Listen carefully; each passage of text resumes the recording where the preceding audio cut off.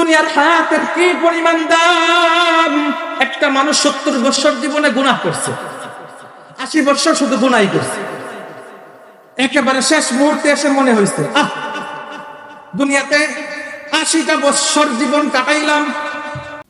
اللهم صل على سيدنا مولانا محمد وعلى آله وأصحابه وبارك وسلم.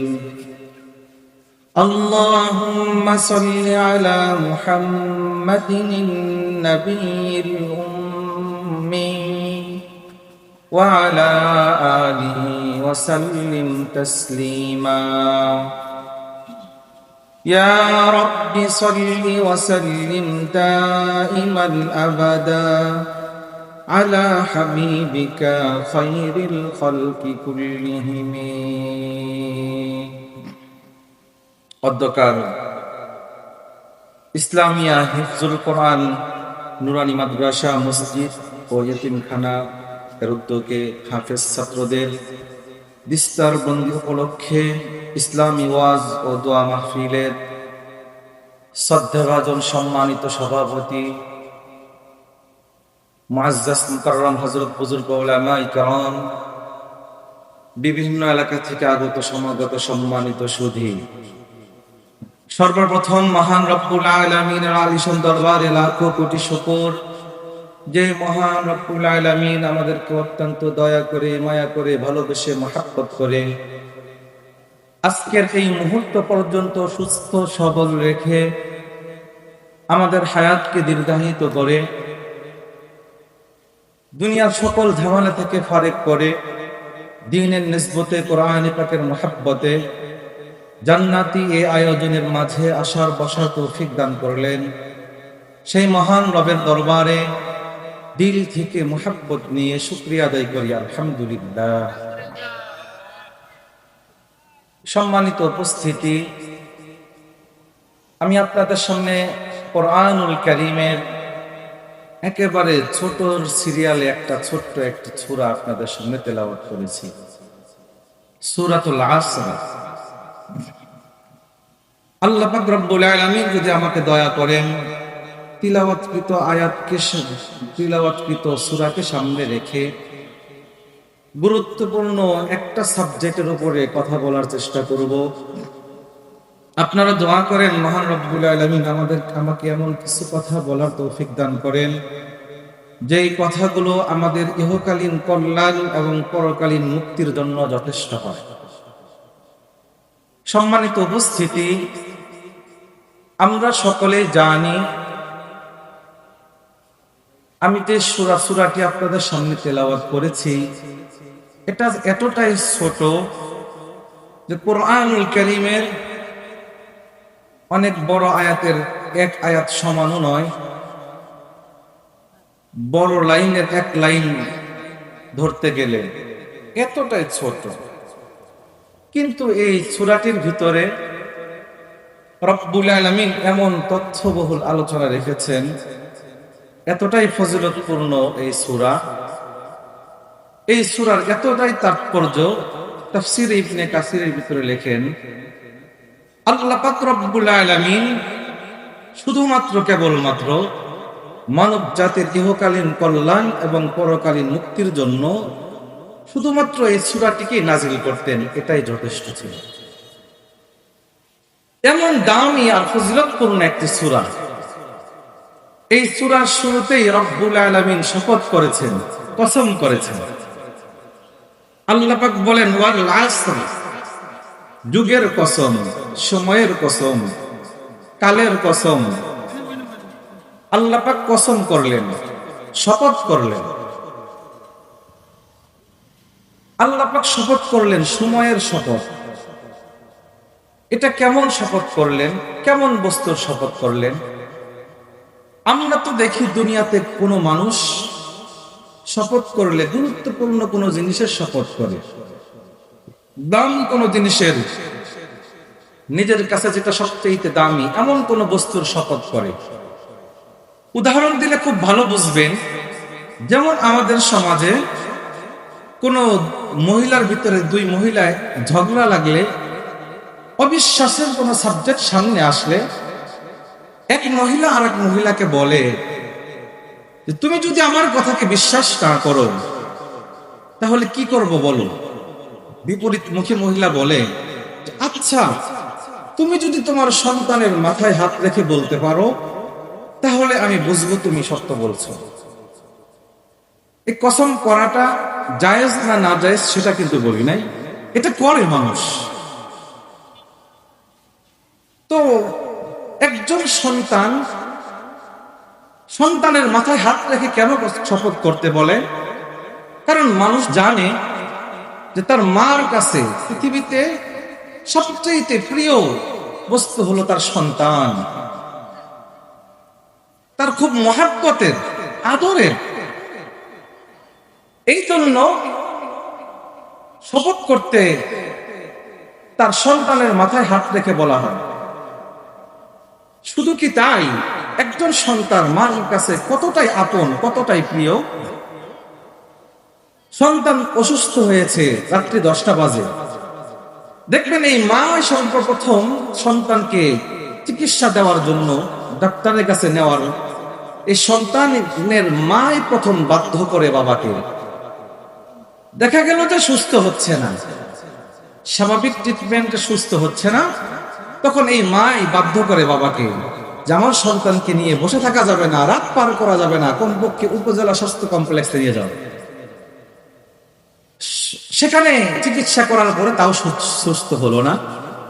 এরপরে মা কিন্তু রাজি না, এখানে রেখে দিবে না, উন্নত চিকিৎসার জন্য আরো ভালো ক্লিনিকে ভর্তি করার জন্য তাকে নিয়ে শহরমুখী রওনা দিবে।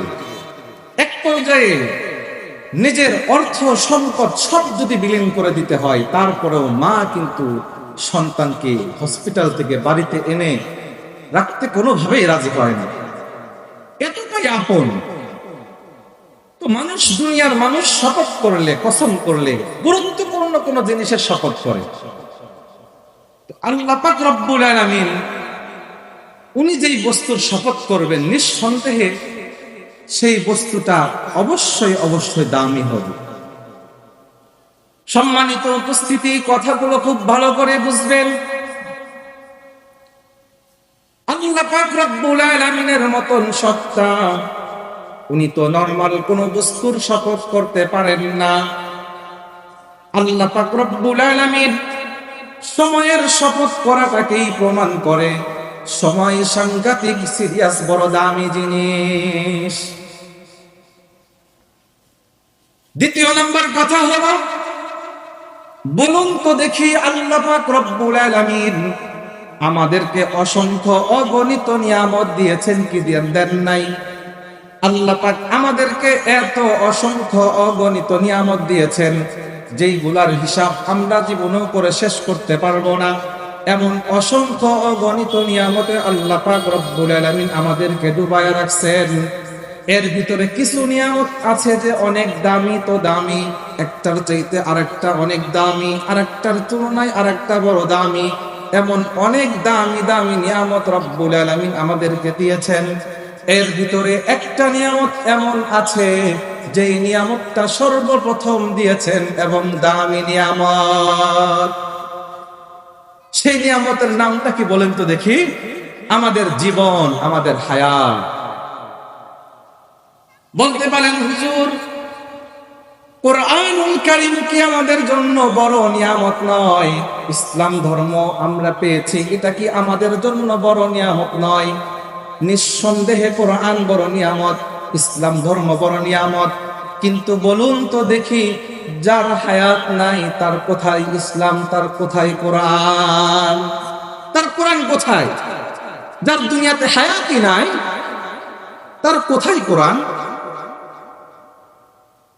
সম্মানিত শুধু কথাগুলো একটু ভালো করে বুঝবেন। তাম পৃথিবীতে বর্তমানে যত মানুষ বাস করে, বিগত সময়ে যত মানুষ পৃথিবীতে এসেছিল, পৃথিবীতে সামনে যতগুলো মানুষ আসবে, এই মানুষগুলো প্রথমত দুই প্রকার। এক প্রকারের মানুষ হলো নাস্তিক, যারা সৃষ্টিকর্তা কাউকে স্বীকৃতি দেয় না। সৃষ্টিকর্তা হিসেবে কাউকেই তারা বিশ্বাস করে না, তাদেরকে নাস্তিক বলা হয়। আরেক প্রকারের মানুষ হলো আস্তিক। এরাও আবার এক গ্রুপ নয়, এরাও কিন্তু বিভিন্ন গ্রুপে বিভক্ত। কেউ আছে একজনকে রব বলে স্বীকার করে, কেউ আছে দুইজনকে রব বলে স্বীকার করে, কেউ আছে তিনজনকে রব বলে স্বীকার করে, কেউ আছে অনেকজনকে রব বলে স্বীকার করে। কিন্তু এর ভিতরে যারা রব্বুল আলামিন সৃষ্টিকর্তা হিসাবে একজন সৃষ্টি হোক বা তারা যতজনকে সৃষ্টিকর্তা হিসাবে মানুক না কেন, যারা সৃষ্টিকর্তা বিশ্বাস করে তারা সাথে সাথে এটাও বিশ্বাস করে যে মরণের পরে আমরা একটু শান্তিতে থাকতে চাই। সবাই মরণের পরে একটু সুখে থাকতে চায়। আমাদের দেশে যারা হিন্দু আছে এদেরকে দেখবেন তাদের একটা ধর্মীয় বিশ্বাস হলো যে মানুষটা মারা গেলে তাকে পোড়ায়া দাও। তাদের এই ধর্মীয় বিশ্বাসটা কেন জানেন? কারণ তাদের বিশ্বাস হলো এই মানুষটা সৃষ্টিকর্তার সাথে পৃথিবীতে চলতে ফাঁকে অনেক ভুল বেয়াদবি অপরাধ করে ফেলেছে। এই মানুষটাকে যদি আমরা পৃথিবী থেকে ক্ষমা না নিয়ে দেই তাহলে তো পরপারে তাকে শাস্তি ভোগ করতে হবে। এই জন্য মুসলমান তারা কি করে, তারা তাদের মানুষগুলা মারা যাওয়ার পরে তারা তখন চিতায় নিয়ে পুড়ায়া দেয়। তার মানে তাদের বিশ্বাস হলো এদেরকে দুনিয়াতেই আমরা শাস্তি দিয়ে পুরায় একদম শেষ করে দিলাম, এখন এই মানুষটা ডাইরেক্ট স্বর্গে চলে গেল। এটা তাদের বিশ্বাস। পড়ায় দেয়া হলেও তারা পরপারে একটু শান্তিতে থাকতে চায়। আমরা মুসলমান, আমরা তো অবশ্যই পরপারে শান্তি চাবই। আমাদের পরপারে আল্লাহ পাক জান্নাত দেখ, এটা তো আমাদের অবশ্যই চাওয়া থাকবেই। এই জান্নাতে যেতে চাইলে বলুন তো দেখি দুনিয়ার হায়াত ছাড়া কোনোভাবে আল্লাহ পাক রব্বুল আলামিন এমন কোন দুনিয়া, এমন কোন জগৎ রেখেছেন যেখানে মানুষগুলা সেই জগতের মাধ্যমে জান্নাতে যাবে? এমন কোন সিস্টেম যদি থাকতো হযরত আদম পয়গম্বরকে আল্লাহ পাক রব্বুল আলামিন দুনিয়াতে পাঠাতেন না। ও মুসলমান, কথাগুলো একটু ভালো করে বুঝবেন। এই কথাটা দুনিয়ার হায়াতের কত দাম, কি পরিমাণ দাম, যদি বুঝতে হয় একটা মাসআলা আপনাদের সামনে উপস্থাপনা করলে খুব ভালো বুঝতে পারবেন। যেমন মনে করেন আপনাদের সমাজে এমন মা আছে না যাদের দুইটা সন্তান হয়, যমজ সন্তান। একজন মার গর্ভে দুইটা যমজ সন্তান। যখন তাদের দুনিয়াতে আসার টাইম কাছায় আসলো, প্রথম যে সন্তানটা দুনিয়াতে ভূমিষ্ঠ হলো, এই সন্তানটা দেখতে এতটাই ফাইন, এতটাই সুন্দর, চাঁদের মতো তার চেহারা, ফুটফুটে বাচ্চা। মাথার তালু থেকে পায়ের তালু পর্যন্ত কোথাও কোনো একটা কালো স্পট নাই। এতটাই সুন্দর, একবার তাকাইলে আর চোখ ফিরাতে মনে চায় না, এতটাই সুন্দর। কিন্তু এই সন্তানের কোয়ালিটি হলো, এই সন্তানটা মার গর্ভ থেকে মৃত দুনিয়াতে এসেছে। এই সন্তানটা মৃত মার গর্ভ থেকে দুনিয়াতে এসেছে। খুব ভালো করে কথাগুলো বুঝবেন। এরপরে দ্বিতীয় নাম্বার যে সন্তানটা ভূমিষ্ঠ হলো, এই সন্তানটা দেখতে এতটাই বিশ্রী যে মনে হয় নাইজেরিয়ার মানুষ ফেল। একবার তাকাইলে দ্বিতীয়বার তার দিকে তাকাইতে মনে চায় না। আবার হাত একটা পঙ্গু, পা একটা পঙ্গু, আঙ্গুল 10টার জায়গায় মনে করেন 12টা। ও মুসলমান, চোখ একটা টেরা। তাহলে বলুন তো দেখি, এমন সন্তান রব্বুল আলামিন যদি কারো ঘরে দেয় তার শান্তি বাড়ে না কমে? নিঃসন্দেহে তার অশান্তি বেড়ে যাবে। ও মুসলমান, কিন্তু এই সন্তানের কোয়ালিটি হলো, এই সন্তানটা পৃথিবীতে মার গর্ভ থেকে জীবিত এসেছে। কিন্তু এই সন্তানটাকেও রব্বুল আলামিন মাত্র ধরে নেন 1 মিনিট দুনিয়াতে বেঁচে থাকার পরে একেও দুনিয়া থেকে উঠাইয়া নিলেন। এই সন্তানটারও মৃত্যু হয়ে গেল। এখন বলুন তো দেখি, এই দুইজন সন্তানের অবস্থা একই রকম হলো কিনা? এখন এই দুইজন সন্তানই মৃত, দুইজনই মরা। এখন বলুন তো দেখি, এই দুইজনের ব্যাপারে ইসলাম শরীয়ত যে বিধান দিয়েছেন, যে সিস্টেম দিয়েছেন, দুজনের ব্যাপারে কি একই না দুই রকম? মুসলমান ভাইরা আমার কথাগুলো দিল দিয়ে বোঝার জন্য চেষ্টা করবেন। যে সন্তানটাকে রব্বুল আলামিন পৃথিবীতে একটা মিনিট হায়াত দিল, এই সন্তানের কোয়ালিটি আর যে সন্তানটা পৃথিবীতে মার গর্ভ থেকেই একদম মৃত দুনিয়াতে আসলো, এই দুইজনের নীতি, দুইজনের ব্যাপারে ইসলাম শরীয়ত কিন্তু এক সিস্টেম দেন নাই। যে সন্তানটা মৃত দুনিয়াতে আসলো, এই সন্তানের ব্যাপারে ইসলাম বলে দিয়েছে এর জন্য 5 কাপড় 3 কাপড় জানাজা কোনো কিছুর প্রয়োজন নাই, গোসলের দরকার নাই, এমনি একটা কাপড়ে পেঁচায় একে দাফন করে দাও, পুঁতে দাও। ঠিক বললাম না ভুল বললাম? পক্ষান্তরে যে সন্তানটা মাত্র দুনিয়াতে একটা মিনিট হায়াত পেল, এই সন্তানের ব্যাপারে কি হুকুম? ও মুসলমান, খুব ভালো করে বুঝবেন। একজন মানুষ পৃথিবীতে যত বড় শাইখুল হাদিস হোক না কেন, যত বড় জগৎ বিখ্যাত মুফাসসির হোক না কেন, যত বড় পীর সাহেব হোক না কেন, যত বড় বিশ্ব সেরা নেতা হোক না কেন, সে মারা যাওয়ার পরে তার জানাজা, তার গোসল, তার কাফন যেভাবে করাতে হবে, ঠিক একইভাবে একই পদ্ধতিতে এই সন্তানটারও সব ব্যবস্থা পরিপূর্ণ করতে হবে। মাত্র একটা মিনিট হায়াত পাওয়ার কারণে এই সন্তানকে একইভাবে গোসল করাতে হবে, একেও 3 কাপড় 5 কাপড় পরাতে হবে, একেও জানাজা করাতে হবে। মজার কথা হলো, এই যে ছোট নাবালিগ শিশু বাচ্চা, এর জানাজা যে দোয়া করবেন, এর জানাজার দোয়া আর বড়দের জানাজার দোয়া বলেন তো দেখি একই না 2 রকম? দুইজনের জানাজার দোয়া 2 রকম। আমরা তো কপাল পরা মুসলমান, জানাজার দোয়াই পারি না, আবার 2 রকম। ছোটদের বড়দের পার্থক্য তো এটা দূরের কথা।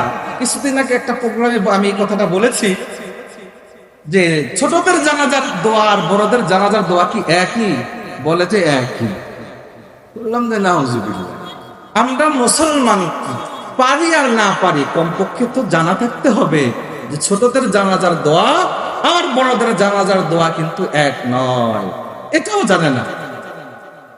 70 বছরের হায়াত দুনিয়াতে নষ্ট করলাম, এখন পর্যন্ত জানাজার দোয়া পারবো তো দূরের কথা, অনেক মুসলমান এটাও জানে না যে ছোটদের জানাজার দোয়া আর বড়দের জানাজার দোয়া কিন্তু এক নয়। কেমনে জানবে? এই জানার জন্য যে বিদ্যা, যে শিক্ষা অর্জন করা দরকার, সেই শিক্ষা তো তাদেরকে দেওয়াই হয় নাই। ও মুসলমান, কথা ভুল বললাম না সঠিক বললাম? এমন মানুষ আছে না জানাজার দোয়া জানে না, জানাজা কেমনে করতে হয় জানে, করাবে তো দূরের কথা। বাবা মারা গেছে, মা মারা গেছে, লাশটাকে সামনে নিয়ে বোবার মতো দাঁড়িয়ে থাকে। আরে এটা কি কোন নেতার মাজার? 1 মিনিট 5 মিনিট নীরবতা পালন করলাম, হয়ে গেল? এটা তো কোনো নেতার মাজার না, এটা আমার বাবার ডেড বডি, এটা আমার মার লাশ। আমার মার বাবা মার লাশটাকে, ডেড বডিকে সামনে নিয়ে আমি দাঁড়ায় আছি, কোনো দোয়া পারি না। আমার মতো এই রকম মার্কা মুসলমানের এর চাইতে পোড়া কপালওয়ালা সন্তান পৃথিবীর জমিনে দ্বিতীয় কোনো বীজ নাই। এর চাইতে পোড়া কপালওয়ালা আর কেউ আছে? বাবা মার লাশটাকে সামনে নিয়ে কি বলতে হয় তাও জানে না। এর জন্য কিন্তু সন্তান দায়ী নয়, প্রথম নাম্বার দায়ী হলো তার বাবা মা। ও বাবা, ও মা যারা আছেন, বাবা যারা আছেন, মা যারা আছেন, ভালো করে শুনবেন। বলে ফল, এই যে গাছ লাগাইছি, যে গাছটা আমি লাগাইছি, সেই গাছের যে ফল হবে সেটাই তো আমি পাবো, সেটাই আমি খেতে পারবো। আমি গাছ লাগাইছি আম গাছ, বলেন তো দেখি আম গাছ লাগাইয়া যদি সারা জীবন কিয়ামত পর্যন্ত জাম খাওয়ার আশা করি, জীবনেও কি সম্ভব? মসজিদের মর্নিং বক্তব্যেও জীবনে পাঠান নাই, বলুন তো দেখি তাহলে কিভাবে আপনি আপনার সন্তানের কাছ থেকে এমন আশা করতে পারেন যে আমি মারা গেলে আমার সন্তান আমার জন্য দোয়া করবে? এই আশা করা তো ভুল। কেমন আশা করেন? আপনি দুনিয়ার বিদ্যা জগৎ বিখ্যাত বিদ্যান হতে পারেন, কিন্তু মরার পরে 4 পয়সার দাম যেটা নাই, তখন সর্বপ্রথম যেটার কাজে আসবে এই শিক্ষা, কোরআনের শিক্ষা, এটাই সর্বপ্রথম কাজে আসবে। যখন দুনিয়ার হায়াত শেষ, এই বিদ্যা কি করবেন? বস্তায় বস্তায় সার্টিফিকেট নিয়ে কোনো কাজে আসবে? আরে মরার যখন প্রস্তুতি শুরু হবে, আজরাইল সামনে আইসা পড়ছে, আপনার ঝাঁকুনি শুরু হয়ে গেছে, আপনার এই আজরাইলের হাত থেকে মৃত্যুর যন্ত্রণা কমাইতে চাইলেও কোরআনের বিকল্প কোনো জিনিস নাই। পয়গম্বর বলছেন, যখন কোন মানুষ মরণের কাছে টাইম কাছাই আসছে, বুঝতে পারতেছো যে মনে হয় লোকটা দুনিয়া থেকে চলে যাবে, সূরা ইয়াসিন তেলাওয়াত শুরু করে দাও, আল্লাহ পাক রব্বুল আলামিন তার মৃত্যুর যন্ত্রণা কমায়া দিবেন। কোরআন পড়বো এটা তো অনেক দূরের কথা, যেখানে দোয়াই পারি না সেখানে তো কোরআন পড়া, এটা কি মামুর বাড়ি আবদার? জীবনে মাদ্রাসায় বারান্দায় যায় নাই, বাংলা কোরআন, বাংলা কিতাব পড়ে বলে আমি কোরআন পড়তে পারি। তো আমরা যারা বাবা মা আছি, আমার সন্তানকে শিক্ষা দেই নাই, সে কিভাবে জানাজা করতে হয়, নামাজ কেমনে পড়বে, জানাজা কেমনে পড়বে, দোয়া, এগুলো আমি শিখাই নাই, তাকে কোরআন পড়াই নাই, তার দ্বারা কেমনে আমি আশা করি? এর চাইতে বোকা আর কে দুনিয়াতে বাস করে বলেন তো দেখি? সাধারণ কথা, আপনার ছেলেকে হাফেজ না বানাইলেন, আলেম না বানাইলেন, কমপক্ষে আপনার সন্তান যেন সে নিজে জাহান্নাম থেকে বাঁচতে পারে, আপনাদেরকেও যেন জাহান্নামে যাওয়ার কারণ না হয় আপনার সন্তান। আপনি বাবা মা, আপনি যেন আপনার সন্তানের কারণে জাহান্নামে যেতে না হয়, কমপক্ষে এতটুকুন তো নিশ্চিত করবেন।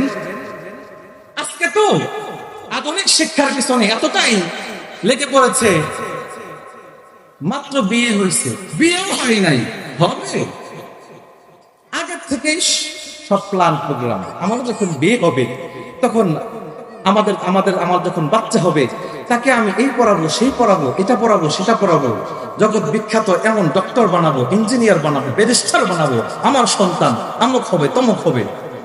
এই পরিকল্পনা বিয়ের আগ থেকে। এখন আধুনিক তো, এখনকার মা বাবা আধুনিক না, এই জন্য বিয়ের আগ থেকেই পরিকল্পনা শুরু হয়ে যায়।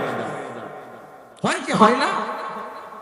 আমি তো বলতেছি না যে ওই শিক্ষা দিন না, কিন্তু এই এমন শিক্ষা বাইপাস কইরেন না, মাইনাস কইরেন না, যেই শিক্ষা না দিলে আপনার সন্তান আপনার জন্য দোয়াও করতে পারে না, কোরআন পড়ে একটু দোয়া করবে তাও পারে না, এমন শিক্ষা আপনি মাইনাস কইরেন না।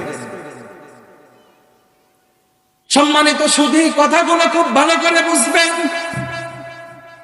একজন সন্তানকে আপনি মনে করেন একদম ছোট্টবেলা থেকে তাকে স্কুলে পাঠাইয়া দিলেন, একদম প্লে নার্সারি থেকে শুরু করে এই সন্তানটা পড়তে পড়তে পড়তে পড়তে দেশের সব শিক্ষা ব্যবস্থা শেষ করে ফেললো, একে পাঠাইয়া দিলেন একদম বিদেশ, একদম 30-35 বছর পর্যন্ত, একেবারে 5 বছর থেকে মনে করেন ধরে নেন, একদম 35 বছর পর্যন্ত লম্বা টাইম তাকে লাগায় রাখলেন একটা মাত্র শিক্ষা, সেটা হলো আধুনিক শিক্ষায়। এই জেনারেল সাবজেক্ট তাকে পড়াইতে পড়াইতে জগৎ বিখ্যাত কোন সায়েন্টিস্ট বানায় ফেললেন। বলুন তো দেখি, এত লম্বা সময়ের ভিতরে এই সন্তানটা কি কখনো কোরআন পড়ার সময় পেল? কখনো কি সে আল্লাহ চিনার সময় পেল? যে শিক্ষা আপনি অর্জন করানোর জন্য তাকে বিদ্যালয়ে পাঠাইয়া দিলেন, এই শিক্ষার পিছনে সময় দিতে দিতে বলুন তো দেখি, সে একদম জগৎ বিখ্যাত যত বড় সায়েন্টিস্ট হোক না কেন, কিন্তু এই শিক্ষা ব্যবস্থার ভিতরে কখনো কি সে কোরআন পড়ার সময় পেয়েছিল? পায় নাই। এই সন্তানটাই তখন দেখবেন বড় হয়ে একদম বিশাল বড় বড় সার্টিফিকেট ওয়ালা হয়ে যাবে, বড় বড় চাকরিজীবী হয়ে যাবে। এখন দেখবেন এই সন্তানটাই আপনাকে আব্বা বাবা মা বলে স্বীকৃতি দিতে অনেক সময় রাজি হবে না,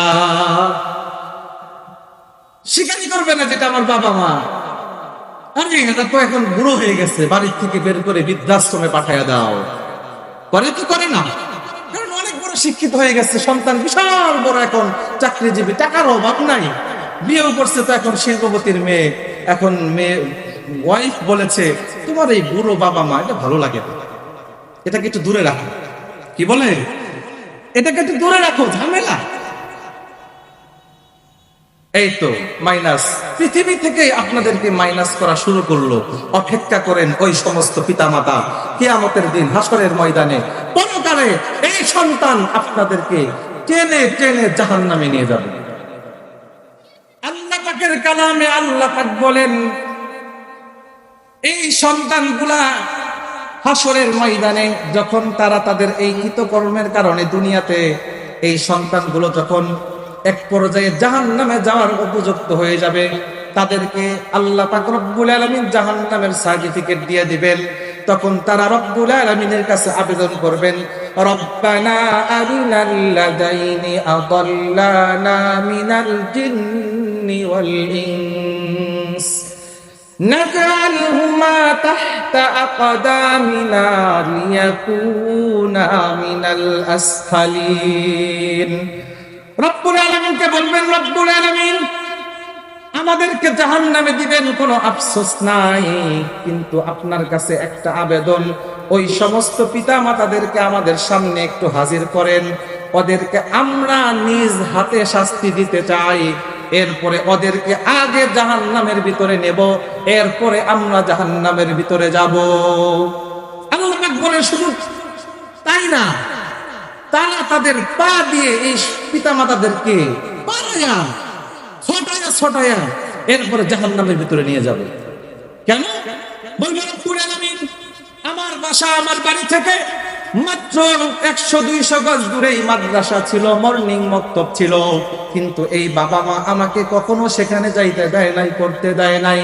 আজকে তাদের কারণে দুনিয়াতে আমি দ্বীন শিখতে পারি নাই, আল্লাহ চিনতে পারি নাই, রব্বুল আলামিন তোমাকে চিনতে পারি নাই, তোমার ধর্ম শিখতে পারি নাই।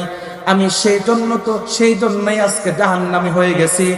আগে এই সমস্ত পিতা মাতাদেরকে জাহান্নামের ভিতরে পাঠাবো, তারপরে আমরা জাহান্নামের ভিতরে যাব। খুব ভালো করে বুঝবেন কথাগুলো। যত দূর পর্যন্ত মাইকের আওয়াজ যায়, ও বাবা, ও মা, আজকে যে সন্তানকে আদরের ঠেলায় বলে কি যে রমজান, এই যে সামনে রমজান আসতেছে, বলে যে আমার সন্তান এখন পর্যন্ত বড়ই হয় নাই। বলে কি, যদি বাবা বলেও যে রোজা রাখার জন্য, মা অনেক বেশি আদর করে তো, আরে আমার সন্তান তো এখনো বড়ই হয় নাই। রোজা রাখার বয়স হয়েছে? রোজা রাখার বয়স হয় নাই, প্রেম করার বয়স হয়েছে, মোবাইল টিপার বয়স হয়ে গেছে। সন্তান মোবাইল চাইলে দিতে পারে, কিন্তু রোজা রাখার জন্য কোনো বাধ্যবাধকতা নাই, নামাজ পড়ার জন্য কোনো নিষেধাজ্ঞা বাবার পক্ষ থেকে নাই, মার পক্ষ থেকে নাই। সন্তান বড় হয়েছে, মেয়ে বড় হয়েছে, পর্দার কোনো বিধান নাই, তার সব ফ্যামিলিতে পর্দার কোনো নিষেধাজ্ঞা নাই। মেয়েটাকে পর্দা করাবে, তার প্রতি কোনো যত্নবান নাই, এখানে কোনো বাধা নিষেধ তার নাই। ও মুসলমান, এই সন্তানগুলা মোবাইল টিপতে জানে বড় হয়ে, কিন্তু রোজা রাখার কথা বললে, নামাজের কথা বললে বলে বড় হয় নাই। এই যে রমজান আসতেছে, তো রোজার মাসে অনেক মানুষকে দেখবেন, অনেক ফ্যামিলি তেমন আছে, বিশেষ করে যারা একটু আধুনিকতার ছোঁয়া পাইছে, মানে বিশেষ করে শহরমুখী যারা, তাদের এখানে যারা বাসা বাড়ি শহরমুখী, শহরে যাদের বাসা ফ্ল্যাট, বিভিন্ন রকমের একটু শিক্ষিত হয়ে গেছে, এই আধুনিকতার একটু ছোঁয়া যাদের ভিতরে লাগছে, আর এদের আল্লাহ তাআলা শেষ নাই। তাদের জবান থেকে বেশিরভাগ এক শ্রেণীর মানুষের মুখ থেকে এমন কথা শোনা যায়, বলে তারা এগুলোকে আমি বাস্তব বললাম না অবাস্তব? বাস্তব। আরো যদি কোনো পরীক্ষা থাকে, তাহলে বলে কি, আমার সন্তানের যে পরীক্ষা চলতেছে, কি প্রেশার, কি চাপ, তাকে এখন এই কয়েকটা রোজা না রাখলে কি হবে, সামনে বছর রাখবেনি। বলে কি, বলে না? বলে সামনে বছর থেকে পুরোপুরি রাখবো, এখন পরীক্ষার অনেক চাপ, তো এবার থেকে সামনে বছর পর্যন্ত আপনি বাঁচবেন অথবা আপনার সন্তান বাঁচবে, এই গ্যারান্টি আপনি দিয়ে দিলেন অটোমেটিক। তার মানে তো এই দুনিয়াতে বেঁচে থাকবেন, এটার গ্যারান্টি দিয়ে দিলেন আপনি। মুসলমান ভাইরা, আমার কথাগুলো খুব ভালো করে বুঝবেন।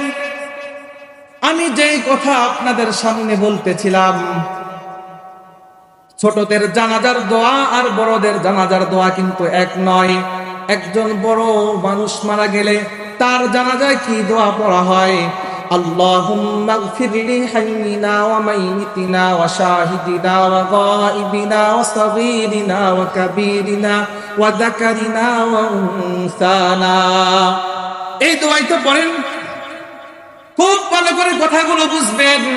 পক্ষান্তরে ছোটদের জানাজার দোয়া কিন্তু এক নয়। ছোটদের জানাজায় দোয়া পড়া হয় আল্লাহুম্মা জাআলহু লানা ফারতান ওয়াজআলহু লানা আজরান ওয়া যুখরা ওয়াজআলহু লানা শাফিআন ওয়া মুশাফফা। সম্মানিত উপস্থিতি, কথাগুলো খুব ভালো করে একটু বুঝবেন। বড়দের জানাজার যে দোয়া, এই দোয়ার অর্থ কি জানেন? একজন মানুষ মারা যাওয়ার পরে তার জানাজার ভিতরে লক্ষ কোটি কোটি মানুষ যদি উপস্থিত হয়, সকলেই মিলে বলে আয় রব্বুল আলামিন, সকলের কাছে সকলেই মিলে শুধুমাত্র কেবলমাত্র আল্লাহ পাকের কাছে ক্ষমার আবেদন জমা দেয়। শুধুই মাত্র ক্ষমার আবেদন, আল্লাহ আমাদেরকে মাফ করেন, উপস্থিত যারা আছে তাদেরকে মাফ করেন, অনুপস্থিত যারা আছে তাদেরকে মাফ করেন।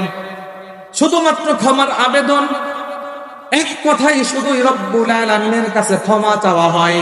পক্ষান্তরে মুসলমান যেই সন্তানটা নাবালেগ অবস্থায় মারা গেল, এই সন্তানের জানাজায় যেই দোয়াটা করলেন, এই জানাজার দোয়ার দিকে লক্ষ্য করলে দেখা যায় বড়দের জানাজার চাইতে ছোটদের জানাজার তাৎপর্য সাংঘাতিক সিরিয়াস। সম্মানিত উপস্থিতি, কথাগুলো একটু ভালো করে দিল দিয়ে বুঝবেন। ছোটদের জানাজায় যে দোয়াটা পড়লাম, এই দোয়ার অর্থ হলো কি, মাত্র অল্প কিছু মানুষও যদি এই ছোট্ট একজন নাবালেগ শিশু বাচ্চার জানাজায় উপস্থিত হয়, সকলেই মিলে এই দোয়া রব্বুল আলামিনের কাছে করে, ওগো রব্বুল আলামিন, যে সন্তানটাকে আপনার কাছে সুপর্দ করতে যাইতেছি, এই সন্তানটাকে পরপারে আমাদের জন্য নাজাতের ওসিলা হিসাবে কবুল করে নিন। এই সন্তানটাকে পরপারে আমাদের জান্নাতের পুঁজি হিসাবে কবুল করেন। এখন কথা হলো, এই সন্তানটা কি জান্নাত পাবে? খুব ভালো করে কথাগুলো বুঝবেন।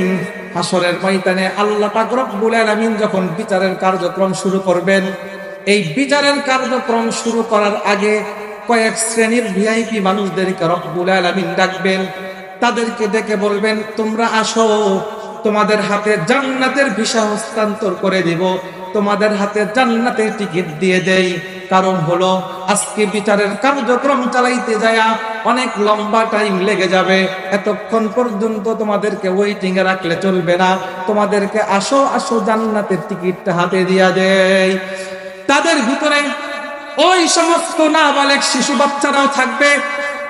তাদেরকেও ডেকে বলবে, এই তোমরা কাছে আসো, তোমরাও আসো, তোমাদের হাতে জান্নাতের ন্যাশনাল মানের ভিসাটা হস্তান্তর করে দেই। এক পর্যায়ে তাদেরকে জান্নাতের টিকিট দিয়ে দেওয়া হবে। ও মুসলমান, এই সন্তানগুলো তখন কিন্তু জান্নাতের দিকে দৌড় লাগাবে না, এই হাসরের কঠিন ময়দানের ভিতরে ঘুরতে থাকবে। ঘুরতে ঘুরতে ফেরেশতাদের সাথে দেখা হবে।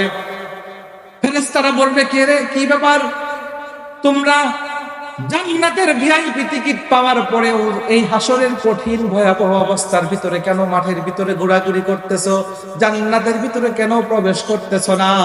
তখন এই সন্তানরা বলবে, তোমরা বুঝবা না, আমরা ওই সমস্ত পিতামাতাদেরকে খুঁজি যাদের কারণে রব্বুল আলামিন আমাদেরকে পৃথিবীতে যাওয়ার সুযোগ করে দিয়েছিলেন, যাদের মাধ্যমে পৃথিবীতে যাওয়ার কারণে আল্লাহ পাক রব্বুল আলামিন এত বড় জান্নাতের মালিকানা দিয়েছেন। তাদেরকে আমরা খুঁজি, তাদেরকে ছাড়া আমরা জান্নাতের ভিতরে প্রবেশ করব না। এই সন্তানদের সুপারিশে তাদের বাবা মাকেও জান্নাতে টিকিট দিয়ে দেওয়া হবে। আপনাদেরকে আমি যে কথাটা বুঝাইতে চাইছিলাম, মাত্র একটা মিনিট দুনিয়ার হায়াত পাওয়ার কারণে এই সন্তানকে কত বড় দামি নিয়ামত দিয়ে দেওয়া হলো, এই সন্তানকে কত বড় দামি সম্পদ দেওয়া হলো। মাত্র একটা মিনিট হায়াত, জান্নাতের মতো এত বড় বিশাল এক নিয়ামত তাকে দিয়ে দেওয়া হবে। শুধু তাই নয়, তাকে এমন পাওয়ার দেওয়া হবে, সে সুপারিশ করে আরো কিছু মানুষকে, তার আপনজনদেরকে জান্নাতে নেওয়ার পারমিশন পাবে। এত পাওয়ার। আজকে সেই হায়াত আমরা যেভাবে অহেতুক কাজে এমনি যেভাবে একদম নষ্ট করতেছি, এমন কত হাজার লক্ষ কোটি কোটি মিনিট আমরা অপচয় করতেছি, তার কোনো শেষ নাই। আছে আজকে আমরা আমাদের হায়াতের এই সময় যতভাবে নষ্ট করতেছি, ও মুসলমান, এটার কোনো সীমানা নাই। বলুন তো দেখি, দুনিয়াতে একজন মানুষ 70 বছর হায়াতে সে কি বলতে পারবে যে আমি একটা জান্নাতের মালিক হয়েছি? এই কথা বলার সাহস করা আছে যে আমি একটা জান্নাতের মালিক হয়ে গেছি? অথচ পাওয়ার কারণে এত বড় জান্নাতের মালিকেরা জিতে নিয়ে গেল। এমন কত লক্ষ লক্ষ মিনিট অহেতুক ভাবে এমনি কোন প্রয়োজন ছাড়া সময় পাইছি, স্টলে বসে গল্প আড্ডা দিয়া, টিভি দেখা, চা খায়া, আরেকজনের গীবত করতে খুব মজা লাগে, আরেকজনকে নিয়ে আলোচনা করি, এগুলো আমাদের অনেক প্রিয়। এগুলো কি আমরা খুব ভালোবাসি, এগুলোর সময় হয়। সম্মানিত সুধী, কথাগুলো একটু ভালো করে বুঝবেন। দুনিয়ার হায়াতের কেমন দাম, দুনিয়ার সময়ের কেমন দাম, এই কথাটাকে বোঝানোর জন্য আমি আপনাদেরকে পয়গম্বরের হাদিস থেকে একটা ঘটনা আপনাদের সামনে উপস্থাপনা করতে চাই, তাহলে আরো ভালো করে কথাগুলো বুঝতে পারবেন। আমাদের বিশ্বনবী, উনার চিরাচরিত্র নিয়ম ছিল ফজরের পরে, আসরের পরে, ফরজ নামাজের পরে উনি মুসল্লিদের দিকে ঘুরে বসতেন। যেমন দেখেন না আমাদের ইমাম সাহেবরা ফজরের পরে, আসরের পরে ঘুরে বসে। সম্মানিত সুধী, একটু ভালো করে কথাগুলো বুঝবেন। পয়গম্বর ফজরের পরে ঘুরে বসলেন। ও মুসলমান, প্রত্যেক দিন পয়গম্বর সকালবেলা ফজরের পরে ঘুরে বসে তার সাহাবীদেরকে জিজ্ঞাসা করতেন, ও আমার সাহাবী, তোমরা কি কেউ কোনো স্বপ্ন দেখেছো নাকি গত রাতে? যদি কেউ কোনো স্বপ্ন দেখে থাকো তাহলে আমাকে বলো, আমি তোমাদেরকে স্বপ্নের তাবির করে দেব। কেউ কোনো স্বপ্ন দেখেন নাই, পয়গম্বর নিজেই কোনো স্বপ্ন দেখেছেন। পয়গম্বর বলতেন, গত রাত্রে আমি এই স্বপ্ন দেখেছি, এই স্বপ্ন দেখেছি, এটার তাবির হলো এই। এরকমই একদিন পয়গম্বর জিজ্ঞাসা করলেন, তোমাদের ভিতরে কেউ কোনো স্বপ্ন দেখেছো নাকি গত রাতে? পয়গম্বরের এক সাহাবী তালহা ইবনে উবাইদুল্লাহ, উনি দাঁড়িয়ে গেলেন, বললেন, ইয়া রাসূলুল্লাহ, ওগো নবীজি, আমি গত রাত্রে সাংঘাতিক সিরিয়াস একটা স্বপ্ন দেখেছি। যে স্বপ্ন দেখার পর থেকে আমার দিলের ভিতরে একটা প্রশ্নের উদ্রেক হয়েছে, যেই প্রশ্নের সমাধান আমি এখন পর্যন্ত পাইতেছি না। পয়গম্বর বললেন, তালহা, তোমার স্বপ্ন বৃত্তান্ত আগে খুলে বলো, এরপরে তোমার এই স্বপ্ন দেখার পরে তোমার দিলের ভিতরে কি প্রশ্নের উদ্রেক হয়েছে সেটাও বলো। বিশ্বনবীর সাহাবী তালহা ইবনে উবাইদুল্লাহ বলতেছে, ওগো নবীজি, আপনার অবশ্যই মনে আছে দীর্ঘ 2 বছর পূর্বে অমুক যুদ্ধের ভিতরে আপনার কাছে 2 জন লোক অমুক জায়গা থেকে এসে আপনার হাতে হাত দিয়ে তারা 2 জন কালিমা পড়ে মুসলমান হয়ে গেল। বলে, হ্যাঁ মনে আছে। বলে, এই 2 সাহাবীর ভিতরে একজন সাহাবী দীর্ঘ 1 বছর পূর্বে রণাঙ্গনের তার যুদ্ধের ক্ষেত্রে যুদ্ধ করতে গিয়া, আল্লাহ পাকের দ্বীনকে দুনিয়াতে প্রতিষ্ঠা করতে গিয়া নিজের জীবনের তাজা রক্ত ঢেলে দিয়ে শাহাদাতের পিয়ালা পান করলো। আরেকজন সাহাবী, উনি দীর্ঘ 1 বছর পর তার বাড়িতে, তার বাসাতে স্বাভাবিক মৃত্যুতে মৃত্যুবরণ করলো। ওগো নবীজি, ওই 2 জন সাহাবী আর আমি স্বপ্নে যুগে দেখি এই 3 জন জান্নাতের গেটের সামনে দাঁড়ানো। জান্নাতের গেটের সামনে দাঁড়িয়ে জান্নাতের গেটের নিপুণ হাতে কারুকার্যকলাপগুলো দেখতেছিলাম। দেখতে দেখতে হঠাৎ করে জান্নাতের গেটটা অটোমেটিকলি খুলে গেল। জান্নাতের ভিতর থেকে একজন ফেরেশতার আগমন ঘটলো।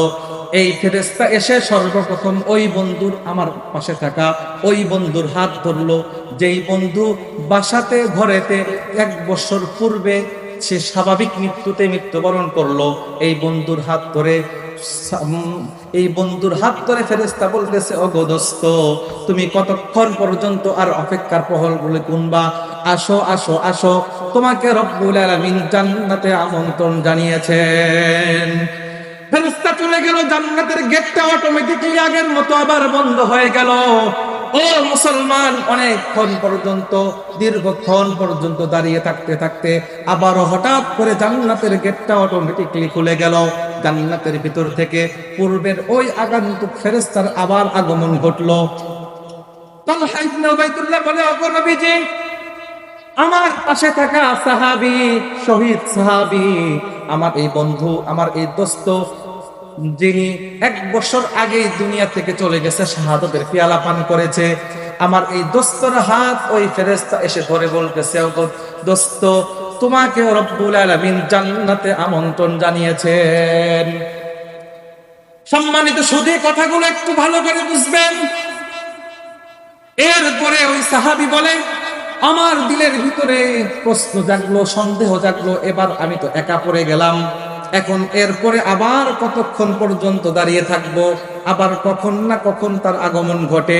এই জন্য আমি তার হাতটা ধরে ফেললাম, বললাম, ওগো বন্ধু, তুমি আমার পাশে থাকা 2 জন আমার বন্ধুকে জান্নাতে আমন্ত্রণ করলা, আমাকে কি জান্নাতে আমন্ত্রণ জানাইবা না?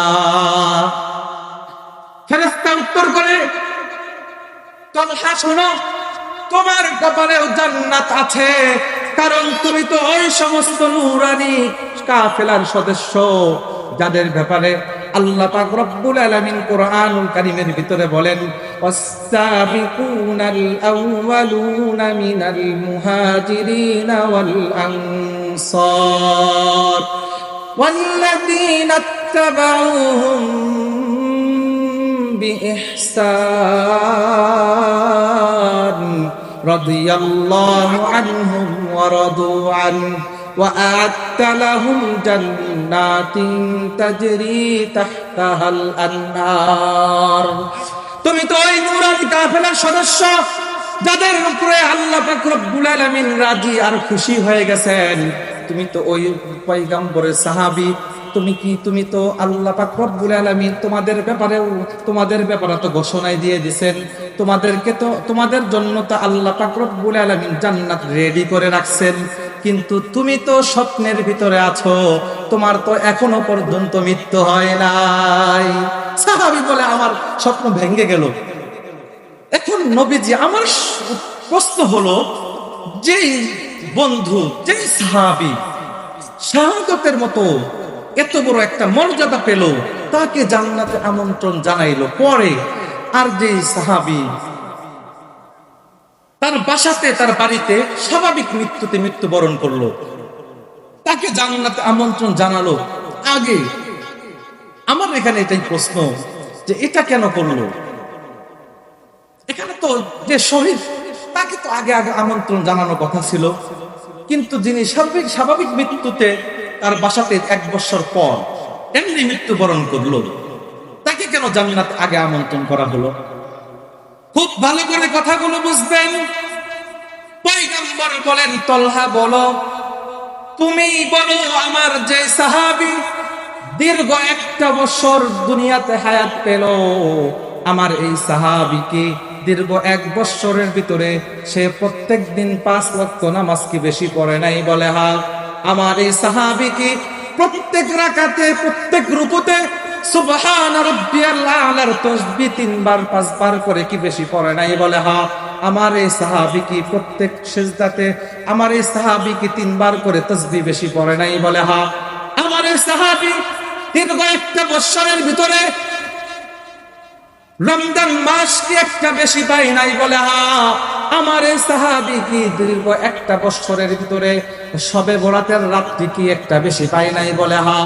আমার এই সাহাবী কি দীর্ঘ 1 বছরের ভিতরে শবে কদরের রাত্রি, যেই রাত্রি একটা রাত্রি ইবাদত করলে রব্বুল আলামিন এত বড় অফার দিয়ে রাখছেন, ও মুসলমান, এত দামি বড় একটা রাত্রিকে সে বেশি পায় নাই? বলে হ্যাঁ।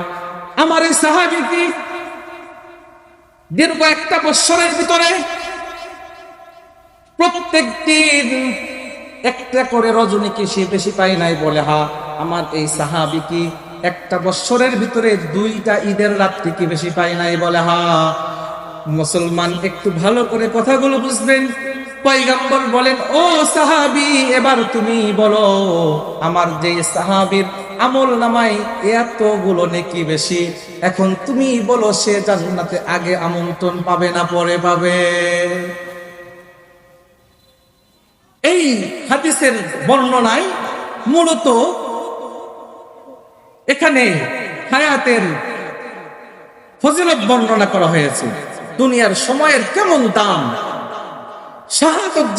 শাহাদতের পিয়ালা পান করেছে যে শহীদ, তার মর্যাদা কম নয়, নিঃসন্দেহে তার মর্যাদা অনেক।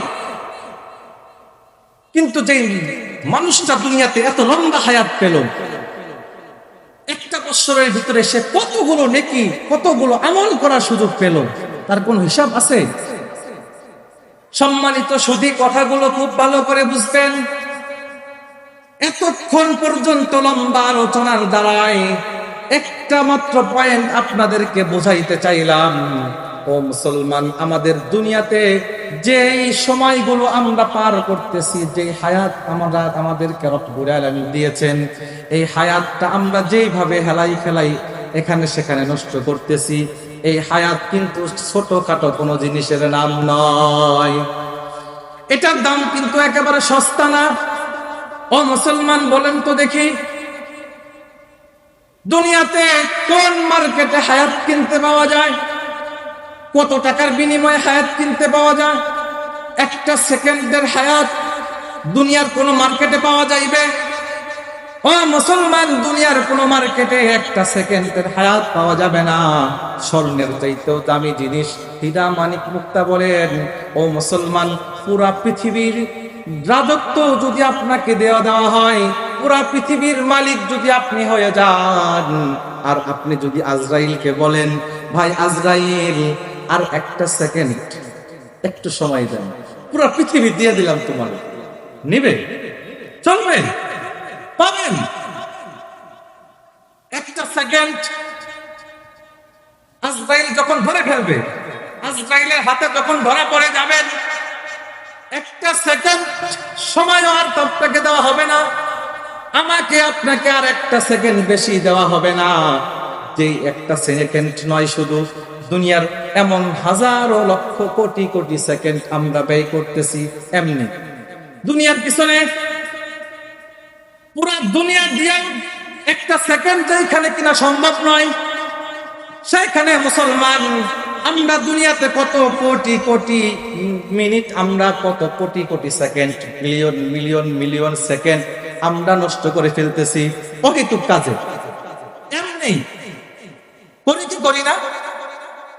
আমরা যদি হায়াতের, আমাদের এই হায়াত, আমাদের এই যে সময়গুলো আমরা পার করতেছি, আমাদের জীবন থেকে যে সময়গুলো চলে যাইতেছে, যদি বুঝতাম কেমন দামি, একটা সেকেন্ড নষ্ট করতাম না।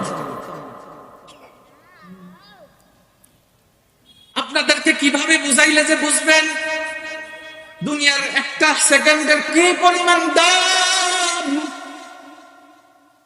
ও মুসলমান, দুনিয়াতে মাত্র একটা সেকেন্ড ব্যয় করে একবার বলছেন সুবহানাল্লাহ,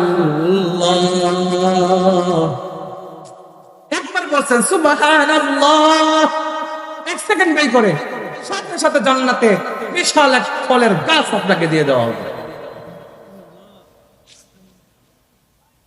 এমন কত কোটি কোটি সেকেন্ড অহেতুক, কোন প্রয়োজন ছাড়াই। ও মুসলমান, দুনিয়াতে একটা সেকেন্ড ব্যয় করলে এত বিশাল বড় এক নেকি পাওয়া যায়। যদি দুনিয়ার হায়াত একবার যদি শুধুমাত্র হারাইয়া ফেলেন, এই নিয়ামতটা যদি, এই দামি সম্পদটা যদি একবার আপনার কাছ থেকে চলে যায়, আপনি যত বড় জগৎ বিখ্যাত নেতা হন না কেন, যত পাওয়ারফুল নেতাই হন না কেন, বলুন তো দেখি, আপনার এই দুনিয়ার একবার যদি এই দামি নিয়ামতটা আপনি হারাইয়া ফেলেন, বলেন তো দেখি দ্বিতীয়বার কি চান্স নেওয়ার সুযোগ আছে? আসেনি? দুনিয়াতেই দেখলাম দ্বিতীয়বার চান্স নেওয়ার জন্য আমরা দুনিয়াতে দেখি একটা পাওয়ার জন্য, চেয়ার পাওয়ার জন্য দ্বিতীয়বার সেকেন্ড অপশন থাকে কি থাকে না? নেওয়ার মতো সুযোগ খুঁজে মানুষ, সুযোগ থাকে। এই জন্য দুনিয়াকে পেছনে ফেলে দিলাম, দুনিয়াকে সামনে এনে পরকাল সারা শেষ করে দিলাম। পরকালের চিন্তা বাদ, শুধু কি আমার পার লাগবে, চেয়ার লাগবে, এই জন্য উঠে পড়ে লেগে থাকি আমরা। লাগে কি লাগি না? একবার হারাইলে আবার পাওয়ার চেষ্টা করি, আবার হারাইলে আবার পাওয়ার চেষ্টা করি, চেষ্টা করে পেয়েও যায়, সম্ভব হয়। কিন্তু একবার যদি দুনিয়া থেকে আপনার কাছ থেকে এই নিয়ামত ছিনিয়ে নেওয়া হয়, দ্বিতীয়বার কোথায় পাবেন বলেন? দ্বিতীয়বার কোথায় পাবেন? আজকে যে পারে এত দাম্ভিকতা, এত অহংকার, এত ক্ষমতার দাপট, যে হায়াতের পাওয়ার কারণ, এই হায়াত নামক পাওয়ার যদি আপনাকে না দেওয়া হতো, এই পাওয়ার কোথায় দেখাইতেন? বাহাদুরি কোথায় দেখাইতেন? টাকার বাহাদুরি, পাওয়ারের বাহাদুরি, কতই না আমাদের অহংকার। গাড়ি বাড়ির বাহাদুরি, আমার একটা বাড়ি আছে, আমার একটা গাড়ি আছে, এই জন্য আমার অনেক অহংকার, আমার দাপটে আমার আশেপাশের মানুষগুলো উপর দিকে তাকাইতে পারে না। ঠিক বললাম না ভুল বললাম? আছে না? আছে না? আছে কি নাই? আছে। যেই দুনিয়ার মহামূল্যবান দামি নিয়ামত নষ্ট করে আমরা শুধুমাত্র কেবলমাত্র দুনিয়ার পিছনে ব্যয় করতেছি। যে দুনিয়ার একটা মিনিটের কত দাম, যে দুনিয়ার হায়াত ব্যয় করে, যে দুনিয়ার সময়টা ব্যয় করে, মাত্র কয়েকটা সেকেন্ডে আপনি পড়ছেন বিসমিল্লাহির রহমানির রহিম, কুল হুয়াল্লাহু আহাদ আল্লাহুস সামাদ লাম ইয়ালিদ ওয়া লাম ইউলাদ ওয়া লাম ইয়াকুল লাহু কুফুয়ান আহাদ। কয় মিনিট সময় লাগলো? কত মিনিট? কয় সেকেন্ড? সম্মানিত সুধী, কথাগুলো একটু ভালো করে বুঝবেন। সূরা ইখলাস, যেটাকে আমরা কুল হুসরা পড়েও অনেক মুরব্বীরা জানি, সূরা ইখলাস একবার তেলাওয়াত করতে কতটুকু সময় আর লাগে? এই যে সূরা ইখলাস তিনবার কোন মানুষ, কোন বান্দা দুনিয়ার এই হায়াত থাকতে যদি সে কখনো তিনবার তার ঈমান থাকাকালীন সেই ঈমানের সাথে দুনিয়ার হায়াত থাকতে যদি শুধুমাত্র কেবলমাত্র তিনবার তেলাওয়াত করে, সাথে সাথে তার আমল নামায় এক খতম কোরআন তেলাওয়াতের সওয়াব ঢুকিয়ে দেওয়া হবে। চিন্তা করা যায় কয় মিনিট ব্যয় তিনবার সূরা ইখলাস পড়তে? তার চালু করে যদি পড়েন 10 সেকেন্ডও লাগবে না, 10-15 সেকেন্ডেই পড়া সম্ভব। এমন ফজিলত আর কিসে পাবেন? এমন অফার আর কোথায় আছে? মাত্র 3বার পড়ছেন, এইটা সামনে আসতেছে কি মাস? রমজান মাস, অফারের মাস। একেবারে বলতে চলে যে একেবারে আমাদের কি চোখের সামনে, আমাদের পিছনেই পড়া নাড়তেছে, ঘাড় ঘুরাইলেই রমজান মাস, এমন কাছাকাছি, যে মাসে এত অফার রব্বুল আলামিন দিবেন যার কোনো হিসাব নাই। এখন যদি আপনি শুধু রমজান মাস ছাড়া বাকি 11 মাস আপনার এই হায়াতে এই সময়টা কাজে লাগায়া 3বার পড়ছেন সূরা ইখলাস, এক খতম কোরআন তেলাওয়াতের সব আমল নামায় ঢুকাইয়া দেওয়া হলো। এখন বলুন তো দেখি, রমজানের বিশেষ অফার যখন দেওয়া হবে, এই বিশেষ অফারের ভিতরে যখন নাকি আপনি সূরা ইখলাস 3বার পড়ছেন, অন্য মাসের তুলনায় রমজান মাসে কত গুণ বেশি? 70। কমপক্ষে কত? 70। এবার হিসাব করে দেখেন, এক খতম অন্য মাসে যদি পান, রমজানে 3বার পড়ছেন, কত গুণে বেশি? তাহলে কয় খতম বলুন তো দেখি? সূরা ইখলাস 3বার তেলাওয়াত করলেন, 70 খতম কোরআন তেলাওয়াত সওয়াব পেয়ে গেলেন। সুবহানাল্লাহ পড়বেন না?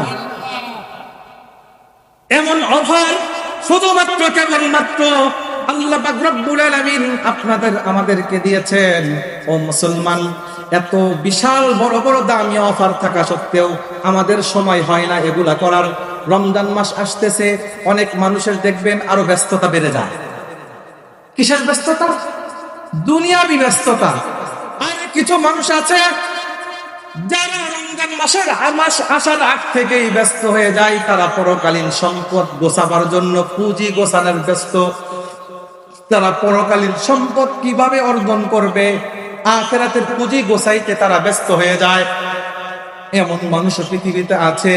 আবার কিছু মানুষ আছে সামনে রমজান মাস আসতেছে, সেই উপলক্ষ করে তার আমল বন্দেগী বাড়াবে তো দূরের কথা, এই প্রস্তুতি নেওয়ার বদৌলতে তার ব্যবসা কিভাবে চাঙ্গা করবে সেই প্রতিজ্ঞা আর সেই ফিকির নিয়ে 24 ঘন্টায় সে ঘুরে। তার ফিকির সবসময় আর তার চেষ্টা সবসময় কিসের?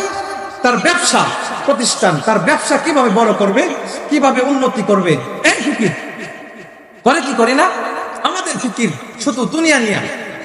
আর 11 মাস যেখানে দুনিয়া কামাইলাম, 1 মাস যে একটু আল্লাহর ইবাদত বন্দেগী করব সেটাও সুযোগ নাই। কেন?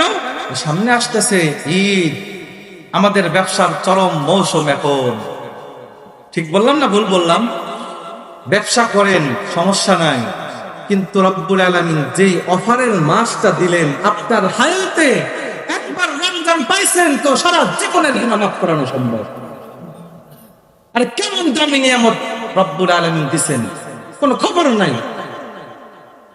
মুসলমান ভাইরা রে, আমার কথাগুলো খুব ভালো করে বুঝবেন। আল্লাহ পাক রব্বুল আলামিন আমাদেরকে যেই দামি নিয়ামত দিয়েছেন, যে দামি একটা সম্পদ হায়াত, আমাদেরকে রব্বুল আলামিন যেই সম্পদ আমাদেরকে দিয়েছেন, এই হায়াতের এই সময়ের মূল্য যদি আমরা বুঝতাম, তাহলে একটা সেকেন্ড একটা মিনিটও জীবনে নষ্ট করতাম না। তাহলে রমজান মাস আসতেছে, মানুষ দেখতেন যে মসজিদমুখী হইতো।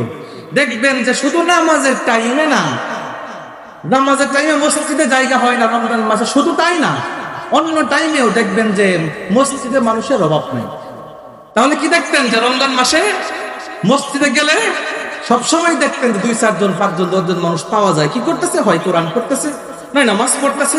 কারণ রব্বুল আলামিন এমন একটা হায়াত দিছেন, এমন একটা সময় আমাদেরকে দিছেন। এই যে এই রমজান মাসের এই সময়ের কেমন দাম! দুনিয়াতে তো আমাদেরকে এই যে সময় দিচ্ছেন, এর ভিতরে এই সময়গুলো, এই হায়াতে কত দামি দামি সময় আমাদের থেকে চলে যায় কি যায় না। সময়ের প্রত্যেকটা সেকেন্ডের তো দাম আছে, এরপরে বিশেষ বিশেষ আরো দামি ভিআইপি সময় আছে। এখন আসতেছে যে রমজান মাস, ভিআইপি মাস। শুধু ভিআইপি না, সম্মান তো সেভাবে দেওয়ার দরকার ছিল নাকি? উল্টা কি করে? হোটেলে পর্দা লাগাই দিবেন, মানুষকে খাওয়ার সুবিধা করে দিবেন। উল্টা কি করবেন? পর্দা রমজান মাসে মানুষ রমজানে আমল করবে আর সেখানে পর্দা লাগাই দেয়। যেখানে পরকালের পুঁজি গোছানো হয় সেখানে পর্দা লাগাইতে হয় না, আটকাইতে হয় না, খোলা ময়দান হলেই চলে। কি বলেন? যেখানে গুনাহ করা হয় সেখানে আটকায় বেড়া দিতে হয়। ঠিক বললাম না ভুল বললাম? গুনার পরিবেশের জন্য কি করতে হয়? বেড়ার প্রয়োজন হয়, পর্দার প্রয়োজন হয়। গুনার পরিবেশ করে দিবেন, খুব ভালো, তাই না? হোটেল ভাইওয়ালারা যারা আছেন, যারা শুনতেছেন কথাগুলো, সামনে রমজান মাস আসতেছে, গুনার সুযোগ কইরা দিয়েন না। আপনি নিজে তো আমল করতে পারেনই না, আর একজনকে সুযোগ কইরা দিলেন। বাড়িতে খাইতে পারে না বইয়ের জ্বালায়, আছে না নাই? কিছু মানুষ আছে বাড়িতে খাইলে মানুষ খারাপ বলবে, এই জন্য হোটেলে গিয়ে খায়, যাতে কেউ না দেখে। মুসলমান ভাইরা রে, আমার কথাগুলো একটু দিল দিয়ে বোঝার জন্য চেষ্টা করবেন। আমরা যদি জানতাম, বুঝতাম যে হায়াত কত বড় দামি একটা সম্পদ, আমরা যদি এটা দিল থেকে অনুভব করতে পারতাম, দামি একটা নিয়ামত আমরা নষ্ট করতাম না। এই যে আসতেছে রমজান মাস, এখানে একটা অফারের কথা আমি আরো বলি। একটা নফল পড়বেন আল্লাহ পাক রব্বুল আলামিন, আর সাথে সাথে আপনার আমল নামায় একটা ফরজের সমপরিমাণ সওয়াব দিয়ে দিবে। দেখেন যেই মানুষটা দুনিয়াতে জীবিত আছে, যার হায়াত আছে, এই যে সময় পাইলেন, শুধু সময়টা কি করছেন? পরকালের জন্য কাজে লাগাইছেন। কি করছেন? নফল একটা ইবাদত করছেন, 2 রাকাত নফল নামাজ পড়ছেন, একটা ফরজের সমান সওয়াব। এটা কেমন দামি একটু শুধু বোঝাই। একজন মানুষ, একজন শিক্ষিত একজন লোক এক হুজুরকে প্রশ্ন করছে, হুজুর বলেন তো দেখি, আমাকে একটা প্রশ্নের উত্তর দেন, আমি এটা খুঁজে পাইতেছি না একটা উত্তর। কি যে হুজুর, একটা কয়টা নফল একত্রিত করলে, এক জায়গায় করলে একটা ফরজ হয়? মূলত হুজুরের আটকাবে, এটা হলো তার নিয়ম। আমি খুব সংক্ষিপ্ত ভাবে বলতেছি। তো হুজুর যখন দেখছে প্রশ্নের ভাবসাব ভালো না, এর উদ্দেশ্য কি তো বোঝাই যায় প্রশ্নের ভিতরেই।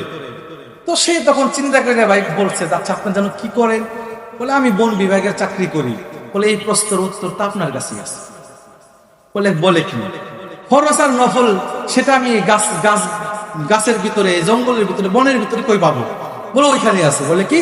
বলে আচ্ছা আপনাকে একটা আমি প্রশ্ন করি, এটার উত্তর আগে দেন, তারপরে আমি দিতেছি। বলে আচ্ছা বলেন। বলে আচ্ছা আপনি বলেন তো দেখি, কয়টা সুপারি গাছ এক জায়গায় করলে কয়টা তাল গাছ হয়?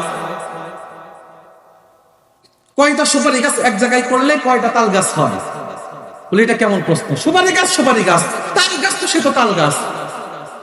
লক্ষটা সুপারি গাছ এক জায়গায় করলে তাল গাছ হবে না, সেটা সুপারি গাছে থাকবে। তখন বলে যে আমিও তো তাই চিন্তা করতেছি যে আপনি এটা কেমন ধরনের প্রশ্ন করলেন, যে কয়টা নফল এক জায়গায় করলে একটা ফরজ হয়? নফল সেটা নফলই, কোটি কোটি নফল একত্রিত করলে একটা ফরজের সমান হবে না। এমন একটা ফরজ দিয়ে দেওয়া হবে একটা নফল আদায় করলে। চিন্তা করেন কেমন দামি একটা নিয়ামত রব্বুল আলামিন আমাদেরকে এই হায়াতের ভিতরে দিয়েছেন। এই জন্য তো এমন দামি একটা সময় সুযোগ পাওয়ার জন্য পয়গম্বর দোয়া শিখাই দিয়েছেন যে এই মুসলমান, এই বান্দা, এই আমার উম্মতের দল, 2 মাস আগ থেকে দোয়া করো। কারণ কি? এটা সাংঘাতিক, যেহেতু ভিআইপি একটা মাস, তুমি যেন এটা পাও। এই জন্য রব্বুল আলামিনের কাছে দোয়া করো, আল্লাহুম্মা বারিক লানা ফি রজব ওয়া শাবান ওয়া বাল্লিগনা রমাদান। মুসলমান ভাইরা, আমার কথাগুলো খুব ভালো করে বুঝবেন।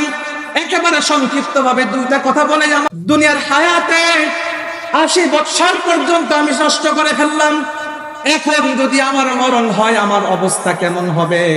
ও মুসলমান, এই চিন্তা করে সাথে সাথে ওযু করে, আর দেরি করে নাই, 2 রাকাত নামাজ রব্বুল আলামিনের কাছে সিজদা দিয়া, রব্বুল আলামিনের দরবারে 2টা 4টা সিজদা দিয়া আল্লাহ পাক রব্বুল আলামিনের কাছে দিল থেকে তওবা করে চোখের পানি ফেলে রব্বুল আলামিনের কাছে ক্ষমা চাইতে দেরি হয়েছে। আল্লাহ পাক বলে, বান্দা তোমাকে আমি মাফ করতে দেরি করব না। কোন মানুষ শুধুমাত্র কেবলমাত্র কিছু সময় ব্যয় করে রাত্রিবেলা 2 রাকাত নামাজ পড়ে রব্বুল আলামিনের কাছে 2 ফোঁটা চোখের পানি ফেলে সারা জীবনের কৃতকর কর্মের উপরে লজ্জিত হয়ে তীর থেকে যদি সত্যি তওবা করতে পারে, আল্লাহ পাক রব্বুল আলামিন তার সারা জীবনের গুনাহ মাফ করে দিবেন। কেমন সময়, কেমন দামি একটা নিয়ামত আমরা পেয়েছি, একটু চিন্তা করেন। যে দামি সম্পদ পাওয়ার পরে আমাদের হুঁশ হারিয়ে ফেলি। আমরা দুনিয়াতে স্বর্ণ পেলে আমাদের হুঁশ থাকে না। স্বর্ণের যদি একটা ডিব্বা পাই আমরা তো বেহুশ হয়ে যাব খুশির চোটে। এর চাইতেও কোটি কোটি গুণের বড় দামি নিয়ামত হলো এই সময়, আমাদের হায়াত। ও মুসলমান, হায়াতের সময় আমাদের বুঝে আসে না। ও মুসলমান, আমাদের বাজারে, আমাদের সমাজে যারা কাঁচা মালের ব্যবসা করে, এদের ভিতরে কিছু মানুষ আছে যারা আলু, পেঁয়াজ, মরিচ, কাঁচা মরিচ বিক্রি করে কি করে না? এগুলা যদি আজকে বিক্রি করতে না পারে, বলুন তো দেখি আগামী কালকেও বিক্রি করতে পারবে কি পারবে না? পারবে। কিন্তু কিছু মানুষ আছে যারা বরফের ব্যবসা করে। ও মুসলমান, একজন মানুষ তার জীবনের সব অর্জিত টাকা দিয়ে সব পরিপূর্ণ তার সব পুঁজি ব্যয় করে শুধুমাত্র কেবলমাত্র সে বরফ খরিদ করে আনলো। এখন বলুন তো দেখি, সে যদি এনে বরফটা রেখে দেয়, তার জন্য কি বরফ বসে থাকবে? বরফের দোকানদার বরফ খরিদ করার পরে, কিনে আনার পরে সে কিন্তু একটা সেকেন্ডও সময় নষ্ট করে না। সে বসটানে এটা ভালো করে জানা আছে, আমি বসে থাকলে কি হবে, আমার জন্য কিন্তু এই বরফ কিন্তু বসে থাকবে না। এই জন্য একটা সেকেন্ড, একটা মুহূর্ত কিন্তু সে নষ্ট করে না। প্রত্যেকটা সেকেন্ডে তার চিন্তা। দেখবেন যত রৌদ্রের তাপ হোক না কেন, ঝড় বৃষ্টি যেটাই হোক না কেন, কারণ তার জানা আছে আমি বসে থাকলে কি হবে, বরফ কিন্তু আমার জন্য বসে থাকবে না। এই জন্য সে প্রত্যেকটা সেকেন্ডে হিসাব করে করে চলে যে যতক্ষণ পর্যন্ত আমি আমার বরফগুলো বিক্রি করতে না পারবো ততক্ষণ পর্যন্ত সে কিন্তু কোনোভাবেই রেস্টে যায় না, সে কিন্তু ততক্ষণ পর্যন্ত এখান থেকে ক্ষান্ত হয় না। ও মুসলমান, আমাদের হায়াত কিন্তু বরফের মতো গলতেই আছে। কি বলেন? আমাদের হায়াত কিন্তু বরফের নাই গলতেই আছে। প্রত্যেকটা সেকেন্ডে, প্রত্যেকটা মুহূর্তেই আমাদের হায়াত কিন্তু গলে শেষ হতে যাচ্ছে। এই যে আমরা আর মাত্র কয়েকটি দিন সময় আছে, রমজান মাস, আমাদের জানা নাই যে এই রমজানটা আমরা পাবো কি পাবো না। যাদের কপালে নসিব হয়ে যায়, জানা আছে কি আগামী বছর রমজান মাস আবার পাবো, আমাদের জানা নাই। এই জন্য মুসলমান, আপনাদের কাছে অনুরোধ থাকবে, সময়কে কদর করেন। এই দামি একটা বড় সুমূল্যবান সম্পদকে নষ্ট করতে দিয়েন না, কোনোভাবেই হেলাই খেলাই নষ্ট কইরেন না। বাজারে গিয়া, বাজারে ঘোরাফেরা কইরা, বাজারে বৈশা থাইকা, চাষটলে মোড়ে মোড়ে বসে থাইকা, বাসায় বাড়িতে ঘুমায়া ঘুমায়া, এমনি বৈশা বৈশা আড্ডা দিয়া, ও যুবক ভাইরা যারা আছো, তোমরা মোবাইল টিপা টিপা যে 24 ঘন্টার ম্যাক্সিমাম টাইম নষ্ট করতেছো, এইগুলা থেকে ফিরে আসো। এমন মহামূল্যবান একটা সম্পদ একবার জীবন থেকে হারায়া ফেললে আর দ্বিতীয়বার, সেকেন্ডবার চান্স দেওয়া হবে না। এই জন্য রব্বুল আলামিন বলেন, ওয়াল আসর, সময়ের কসম, যুগের কসম, কালের কসম, ইন্নাল ইনসানা লাফি খুসর, প্রত্যেকটা মানুষ ক্ষতির ভিতরে আছে। ইল্লাল্লাযীনা আমানু ওয়া আমিলুস সালিহাত ওয়া তাওয়াসাউ বিল হাক্কি ওয়া তাওয়াসাউ বিস সাবর। ও মানুষ, তোমরা সবাই ক্ষতির ভিতরে কেন?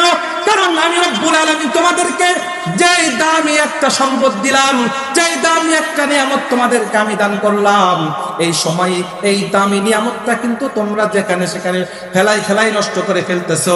যদি তোমাদের এই দামি নিয়ামতটা ইল্লাল্লাযীনা আমানু, ঈমান দ্বারা, ওয়া আমিলুস সালিহাত, নেক আমল দ্বারা, ওয়া তাওয়াসাউ বিল হাক্কি ওয়া তাওয়াসাউ বিস সাবর, যদি ভালো কাজের আদেশ, অসৎ কাজের নিষেধ, এই চারটা কাজ দিয়ে তোমরা সাজাইতে পারো, তাহলে তোমরা কামিয়াবি হয়ে যাইবা।